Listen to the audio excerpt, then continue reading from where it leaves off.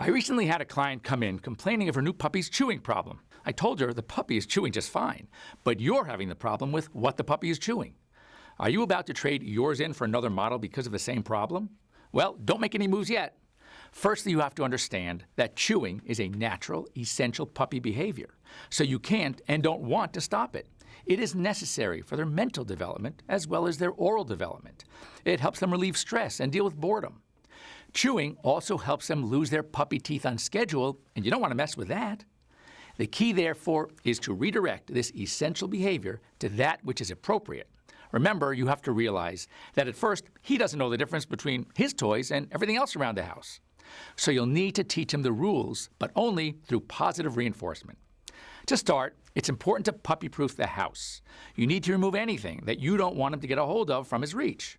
Then give him a number of appropriate, safe toys like hard nylon-type bones, large, thick ropes, or hard rubber chew toys stuffed with goodies, and place them in strategic places around his living space. Every time you find him chewing on one of his appropriate toys, you need to praise him like crazy with affection and sometimes even a treat. If you catch him chewing on something inappropriate, simply make a very loud sound like a clap or a whistle or the shake of a penny can to quickly divert his attention, calmly remove the inappropriate object from his mouth, and immediately replace it with one of his own toys. Then, once again, give him lots of praise. Be consistent, he'll catch on soon. Now, don't even think about giving him old shoes or socks to play with.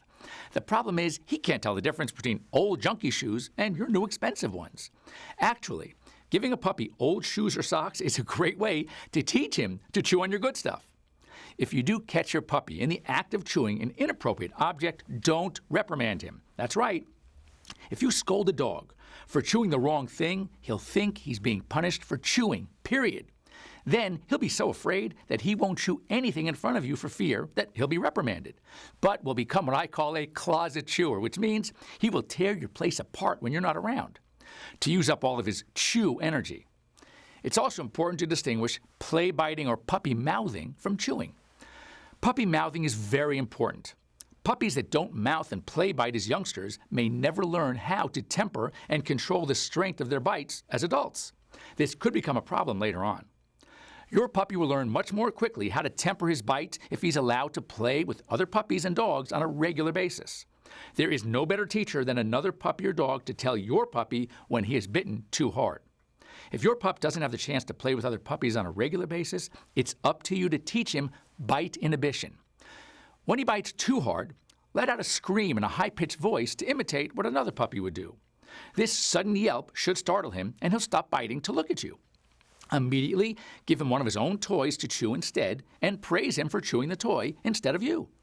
This way you've corrected the biting problem without punishing him, and you have redirected his chewing tendency away from you and towards something more appropriate. Don't wait for your puppy to outgrow his chewing behavior.